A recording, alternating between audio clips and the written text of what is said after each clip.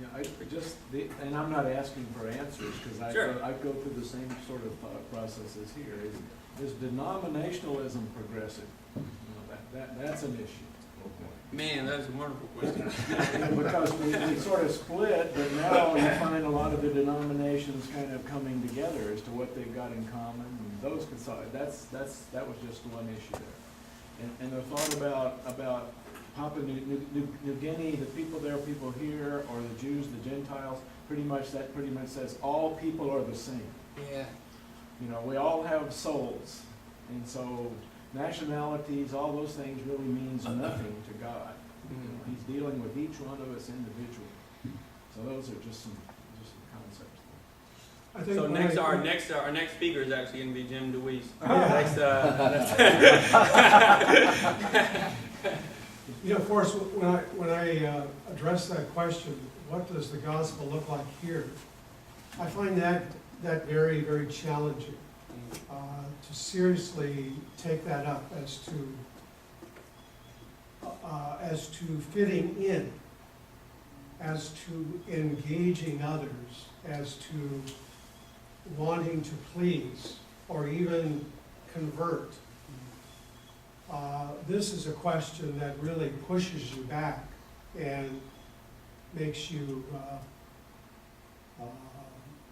consider your purpose and meaning and the future. Thank you. Yeah, that's good. I'm going to speak of my own personal experience. What you said today has touched me. You know that what I'm doing on the island with the kids, and I'm struggling now with the fact that it's taking so much of my time away from my family that I had dedicated. But I'm realizing now, because of what you spoke, that I'm introducing something to these kids that they've never seen before. And I'm introducing something, a concept that they've never had before in sports. Self-governing, self-officiating, humility, and honor. Whereas, and I tell Sue, these kids, they're learning that through me, and that's the calling, and that's mine stepping forward, helping these boys step forward. So that really gave me a lot of clarity on how I'm going to explain myself to Sue now. Oh, awesome. Tom, you should share that you are a coach for Ultimate Frisbee.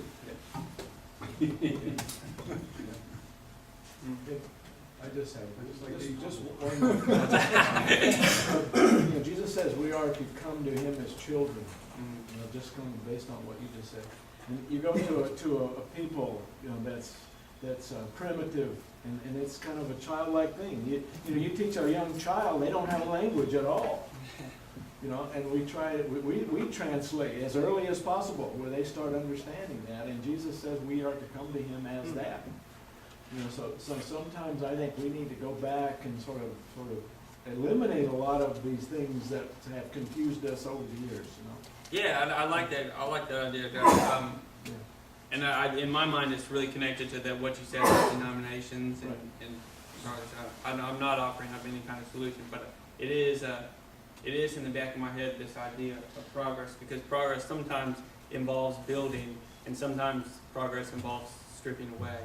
Right. You know, and I don't think anybody would argue that some of the things that came from the Reformation are really positive things.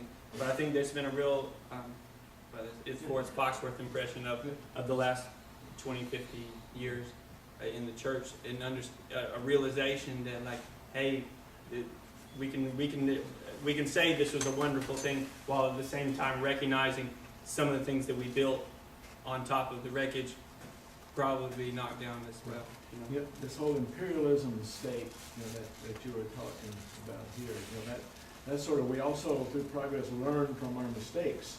Yeah. You know, we sort of oversell some of these things, and then we realize, well, that didn't work. You know. I think as a church, we got to make sure that we don't feel like we've arrived. Yes. Yeah. And I Amen. think one of the things that leads us to do is to have interaction with each other, and you can call it discipleship if you want to, but there needs to be an interaction in the Word so that we can all learn and grow. And I just see that as a need that we have. Something that occurred to me in thinking about missionaries and people who have a calling to be in another culture for the purpose of the gospel. My perspective as background is wholly American. And I think in the American church as a whole, we kind of see missions as a part of the church and our church life and our spiritual life. Whereas it sounds there's a difference in the mind of someone like Forrest, where that's why the church is. Mm-hmm. And I'm sure all of us have experienced the fact that a missionary, when we interact with them after they have been in another culture and dealing with these sorts of issues, have changed. In that part you mentioned, it's a two-way street. And that may be the progress that our God is intending for that one heart and mind and soul to be changed, or more than that.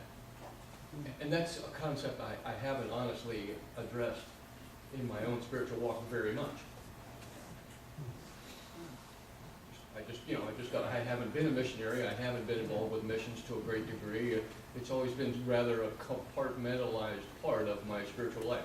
Oh, well, I want to give to missions, and I think that's a good idea, and I'm intellectually aware of the Great Commission to go and tell folks, and I just am not involved in that part of the gospel, if you will. So I kind of struggle with the fact that, wow, maybe that's what we're all supposed to be doing. Yeah. I don't know.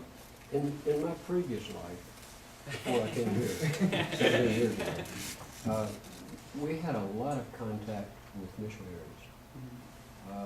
And to hear them present their experiences and their commitment and their focus on the gospel has been extremely meaningful to me. And I think we sometimes don't have time to do that, but it really is helpful. Don Richardson spent the night at my house once. Oh, no way. Yeah. The way, wonderful man, isn't he? Yeah. Yes, indeed. Oh, you might have even read this book. You probably should have told that story, but you probably should have done that. But I'm telling you, to rub with these people it makes you progress. Forrest, I really appreciate what you said today and reminding us that mission is not just something that a few sort of super Christians do, but it's who we are. And all of us are, in a sense, as disciples, called to be missionaries. And I see the great work you're doing is, it's not just you're doing this because you're hired to do this, but it's a part of who you are as a disciple. And so, thank you. It's pretty hard to be a missionary in the 20th century. I mean, that was really more of a 19th century paradigm where the Western Presbyterian went out to Stanley and got here. All around the world make disciples. Now they are basically teaching indigenous people how to bring the gospel to their countries. Yeah. But, which takes us to the point where somebody just said it's impossible that we're not missionaries because we live here. We can be missionaries. The fact that we live in it, we have a computer now that is maybe the new paradigm that is going to help us. Maybe that's where in the progressive direction God is taking us through the technology. Be able to, I can sit at my computer and I can sit and I can interface with people from all over the world. Through there's Open Doors Ministry. There's lots of opportunities to do that. So define missionary. Yeah. That's the question. Yeah. Yeah. And it's helpful to me to remember that ultimately, I mean, the borders that we've set up are human. I mean, at best, right? I mean, between countries and between cultures and things. But ultimately, in my mind, missionary involves you and the other. but the other can look like 1,000 different others. You know, the question I keep coming back to is that, you know, what does the gospel look like here? You just have to keep answering and answering and answering and answering and answering. I'm so excited about what's going to happen in the next 50 years because of what you just spoke of. Our culture is, our world is changing dramatically, to say the least. We have such opportunities. Not even just on the computer. You at First Pres in Fernandina Beach have a church less than like 50 feet away from you that speaks Spanish at their service. That is weird. You know what I mean?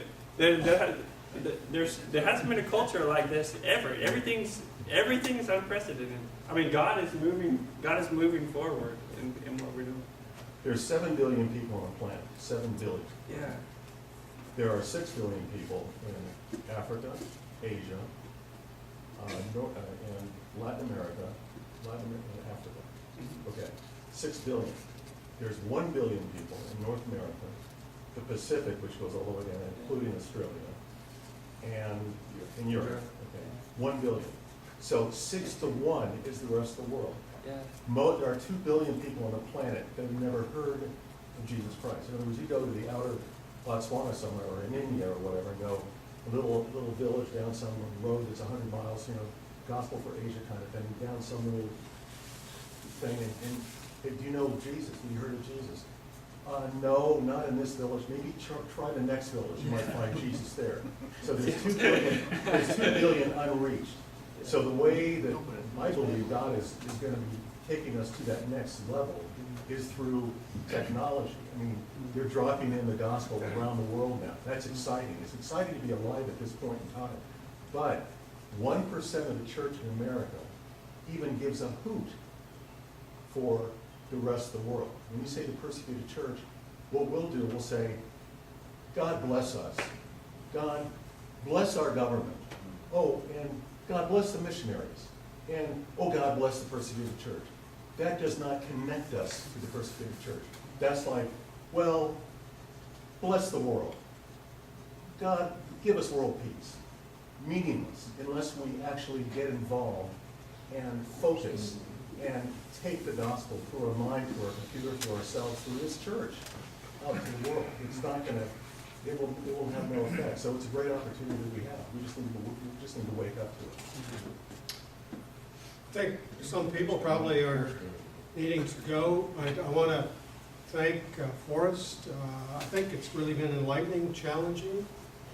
And let's give him a hand for a second. And I want to mention that Wayne and I really don't have a process for this men's group. But we really think that God has a purpose for the men of this church. And so our next meeting, we don't have a date for it. But we're thinking maybe in the fall again, we would definitely, as a minimum, like to get together. But if over the summer, let's say 12 men all of a sudden said, Frances Bateman down the street needs her yard cleaned out. I don't know, just some weird thing. Or we could, as a group, do something. If that inspires you, let's consider it. There's some moves happening, Doug, right? Yeah. let's. Doug and I are moving in the next month. So, You're out of town, sorry.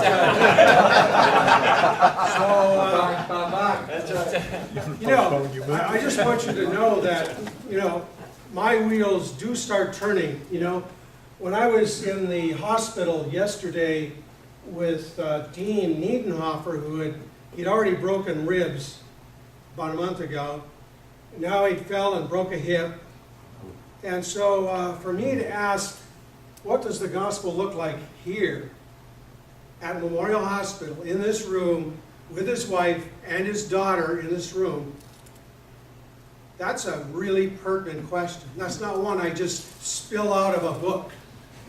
I guarantee you, I think, wow, Well, let me just sit down with you folks and look around and see what God, literally what God's doing.